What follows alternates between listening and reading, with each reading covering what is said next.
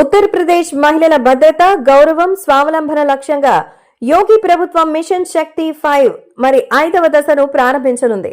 ఈ దశలో భాగంగా మహిళలకు స్వయం ఉపాధి, వ్యాపారాల్లో ప్రోత్సాహం అందించేందుకు విమెన్స్ ఫెస్ట్ నిర్వహించబోతోంది. అంతేకాదు అన్ని కార్యాలయాల్లో మహిళలకు రిటైరింగ్ రూమ్లు, క్రెచ్లు ఏర్పాటు చేయాలని ముఖ్యమంత్రి యోగి ఆదిత్యనాథ్ ఆదేశించారు.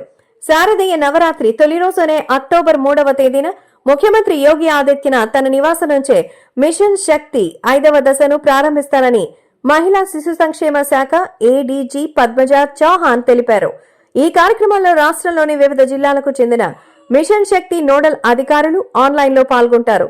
లక్నోతో పాటు అన్ని కమిషనరేట్లు, జిల్లాలో మహిళా సాధికారత ర్యాలీలు నిర్వహిస్తారు. ఈ సందర్భంగా సీఎం యోగి మహిళా భద్రత, స్వాధికారత, స్వావలంబన కోసం వివిధ ప్రభుత్వ పథకాలను ప్రారంభిస్తారనేది చెప్పారు. 1090 చౌరాహా వద్ద మహిళలకు స్వయం ఉపాధి, వ్యాపారాల్లో ప్రోత్సాహం అందించేందుకు విమెన్స్ ఫెస్ట్ నిర్వహించాలని యోగి ప్రభుత్వం నిర్ణయించింది. ఈ ఫెస్ట్ లో మహిళల స్వయం సహాయక బృందాలు, సెల్ఫ్ హెల్ప్ గ్రూపులు తాము తయారు చేసిన ఉత్పత్తులతో స్టాల్స్ ఏర్పాటు చేస్తారు అని చెప్పారు. సాంస్కృతిక కార్యక్రమాలు, చర్చా గోష్ఠులు, వైద్య శిబిరాలు, ప్రేరణాత్మక ప్రసంగాలు, నాటికలు, క్విజ్లు, పరిశుభ్రత, ఆరోగ్యంపై అవగాహన సదస్సులు నిర్వహిస్తారు. మిషన్ శక్తి 5వ దశలో భాగంగా అన్ని కార్యాలయాల్లో మహిళలకు రిటైరింగ్ రూములు, క్రెచ్లు ఏర్పాటు చేయాలని సీఎం యోగి ఆదేశించారు. పోలీస్ లైన్లు, పీఏసీ బెటాలియన్లు, మెడికల్ కాలేజీలో వర్కింగ్ ఉమెన్స్ హాస్టల్స్ నిర్మిస్తారు.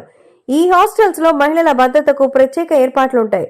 ప్రతి పోలీస్ స్టేషన్లో మహిళా బ్యారక్లు ఏర్పాటు చేస్తారు.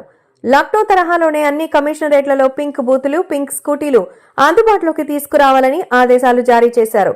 మాల్స్, పబ్లిక్ పార్కులు, బస్ స్టాండ్లు, రైల్వే స్టేషన్లు, జంతు ప్రదర్శనశాలల్లో తల్లులు, పిల్లలకి పాలు పట్టడానికి ప్రత్యేక గదులు ఏర్పాటు చేస్తారు. నిర్మాణ రంగం, కర్మాగారాలు, ఫ్యాక్టరీల్లో పనిచేసే మహిళలు విశ్రాంతి తీసుకోవడానికి ప్రత్యేక స్థలాలు ఏర్పాటు చేసి అక్కడ పింక్ టాయిలెట్స్ నిర్మిస్తారు. మిషన్ శక్తి 5వ దశ కార్యక్రమాన్ని 12 శాఖలు సంయుక్తంగా అమలు చేస్తాయి.